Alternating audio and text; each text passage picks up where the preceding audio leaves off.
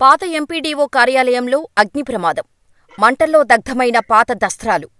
మంటలు ఆర్పుతుండగా బయటపడ్డ శవం. బిజినాపల్లి మండల కేంద్రంలోని పాత ఎంపీడీఓ కార్యాలయంలో ఆదివారం అగ్ని ప్రమాదం చోటు చేసుకుంది. సాయంత్రం వేళ నిప్పంటుకొని పాత భవనం లోపల నుండి పెద్ద ఎత్తున మంటలు చెలరేగటాన్ని అటుగా వెళ్లిన స్థానికులు గమనించి పోలీసులకు, ఎంపీడీఓ కార్యాలయ సిబ్బందికి సమాచారమిచ్చారు. SI K. శ్రీనివాస్ సమాచారంతో అగ్నిమాపక శాఖ అధికారులు వెంటనే మంటలను ఆర్పివేసి మరింత నష్టం జరగకుండా మంటలను ఆర్పి నివారించారు. మంటలు పూర్తిస్థాయిలో ఆర్పి క్రమంలో కాలి బూడిదైన శవం కనిపించటంతో భయాందోళనకు గురై తిరిగి పోలీసులకు సమాచారం అందించారు. సంఘటనా స్థలానికి చేరుకున్న ఎస్ఐ మంటల్లో కాలి బూడిదైన శవాన్ని బయటకు తీసి పోస్టుమార్టం నిమిత్తం నాగర్ కర్నూల్ ఏరియా ఆస్పత్రికి తరలించారు. ఈ ఘటన షార్ట్ సర్క్యూట్తో లేక ప్రమాదవశాత్తు జరిగిందా అన్న అనుమానాలు వ్యక్తం చేస్తున్నారు.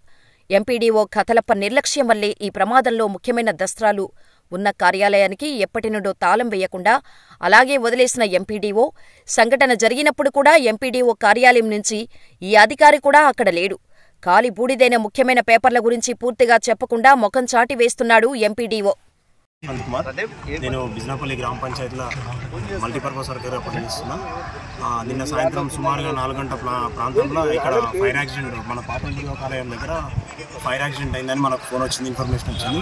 వెంబడే మా తోటి కార్మికులను, గ్రామ పంచాయతీ కార్మికులను దొరుకుని వచ్చి ఎక్కడైతే మన రూమ్లో ఫైర్ యాక్సిడెంట్ జరిగిందో అక్కడ ఫైల్స్ని పూర్తిగా కాగితాలను మరియు ఇతర ఫైల్స్ ఏమైనా అంటే కట్ట ఫైల్స్ మొత్తం బయటికి తీస్తున్న క్రమంలో మాతో పాటు ఫైర్ సిబ్బంది, ఉయ్యాలవాడ ఫైర్ సిబ్బంది కూడా ఉన్నారు.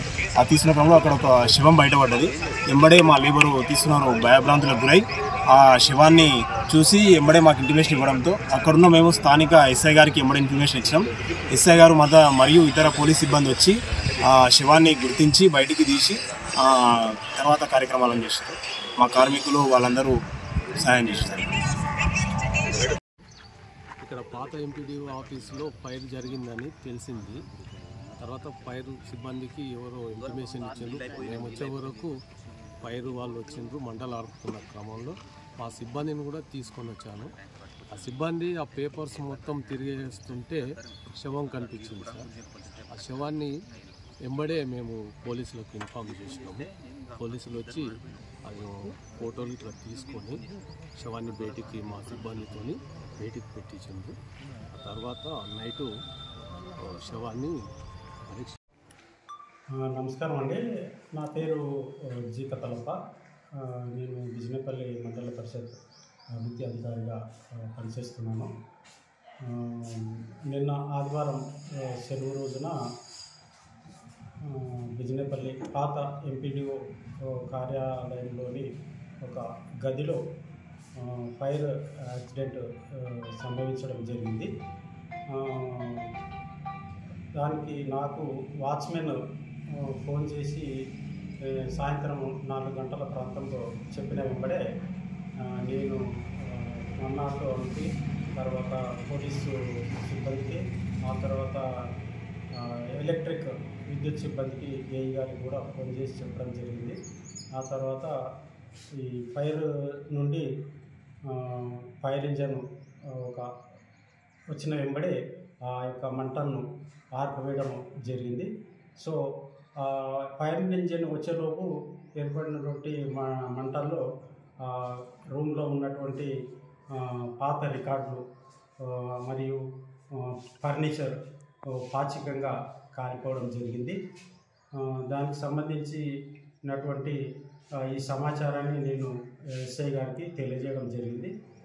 తర్వాత మా గ్రామ పంచాయతీ సిబ్బందితోటి ఈ యొక్క కాలిపోయిన రికార్డులు అన్నిటిని కూడా సర్దుతుండగా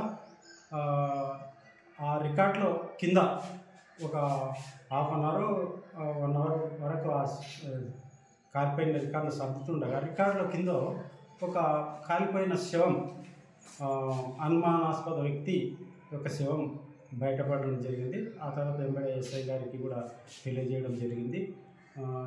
దీనిపై ఎస్ఐ గారు, పోలీసులు కూడా ఆ యొక్క శవాన్ని స్వాధీనం తీసుకొని పోస్ట్ మార్టం పంపడం జరిగింది. ఆ యొక్క వ్యక్తి ఎవరు అనేది పోలీసుల విచారణలో తేలుతుంది. మేము మా సిబ్బంది, గ్రామ పంచాయతీ సిబ్బంది శనివారం రోజున ఆ యొక్క పాత బిల్డింగ్ను మేము హాలు, తర్వాత రూమ్లు రూమ్, ఎంపీపీ రూమ్ అన్నింటినీ కూడా శనివారం రోజునే క్లీన్ చేయడం. ఆదివారం రోజు ఆ వ్యక్తి లోపలికి ఎట్లా పోయింది సార్? అది ఇక పోలీసు విచారణలో తేలుతుంది. ఎవరి మీద డౌట్ ఉందా? డౌట్ అంటే షార్ట్ సర్క్యూట్ లేకుండా ఏ విధంగా జరిగింది, మంటలు ఏ విధంగా వచ్చినాయి? పక్కన టీ ఫైబర్ రూమ్ ఒకటి ఉంటుంది. ఆ టీ ఫైబర్ దీని రూమ్ పక్కనే టీ ఫైబర్ రూమ్ ఉంది. దానికి సంబంధించినటువంటి బ్యాటరీస్ కూడా ఉన్నాయి. సో ఈ టీ ఫైబర్ రూమ్ పక్కనే ఈ ఫైర్ యాక్సిడెంట్ జరగడం జరిగింది. సో మరి ఎట్లా ఎరప్ట్ అయింది ఈ ఫైర్ అనేది మనకి ఇక పోలీసు చనిపోయిన వ్యక్తి మీద ఏమన్నా అది ఇక ఫైండ్ అవుట్ అయితేనే తెలుస్తుంది అది మన వ్యక్తి ఎవరు అనేది. ఎందుకంటే శవం కూడా కాలిపోయి ఉన్నది కాబట్టి మనకి ఇప్పుడు తెలియదు.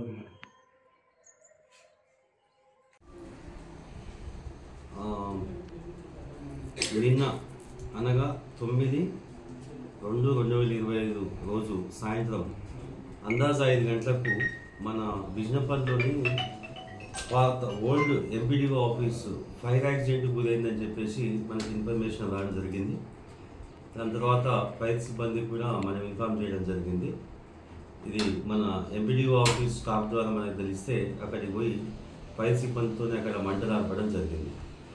ఆ క్రమంలో ఫైర్ సిబ్బంది మరియు మన గ్రామ పంచాయతీ ఎంప్లాయీస్ మరియు పోలీసు ఆ old MPDO office building store room లోపలికి పోయి అక్కడ మంటలు ఆపుతుంటే ఆ క్రమంలో అక్కడ ఉన్న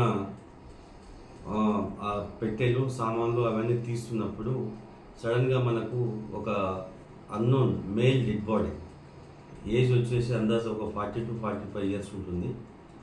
బాడీ పూర్తిగా కాలిపోయి దాంట్లో బోర్లా పట్టుకొని ఇట్లా లేడౌన్ అయ్యి బాడీ ఉన్నది. దాని తర్వాత ఆ డెడ్ బాడీని మనం తీసినాము. ఇంకా ఆ డెడ్ బాడీ ఐడెంటిఫికేషన్ కాలేదు. డెడ్ బాడీ ఐడెంటిఫికేషన్ మనము పోస్ట్మార్టం రిపోర్ట్ పంపించినాం. మనకు మిగతా ఇక్కడ చుట్టుపక్కల ఉన్న మిస్సింగ్ కేసుల గురించి విచారణ చేయడం జరుగుతుంది. ఇప్పుడు ప్రస్తుతానికైతే ఆ డెడ్ బాడీ ఐడెంటిఫికేషన్ కోసం మేము ప్రయత్నం చేస్తున్నాం. ఇన్వెస్టిగేషన్లో మనకు అది షార్ట్ సర్క్యూట్ వల్ల కానీ లేదా వేరే ఇతర కారణాల వల్ల కానీ అయ్యిండొచ్చు అని చెప్పేసి మేము భావిస్తున్నాం. సార్ దాంట్లో ఎలక్షన్ సంబంధించిన పేపర్స్, బ్యాలెట్ బాక్స్ ఉన్నాయి అంటే వాంటెడ్గా మనం చేయడం జరిగిందా మన అనుమానం? అయితే ఇప్పుడు మనకు దీంట్లో కంప్లైంట్ కూడా మనకు ఎంపీడీఓ ఆఫీస్ స్టాఫ్ నుంచి వచ్చింది.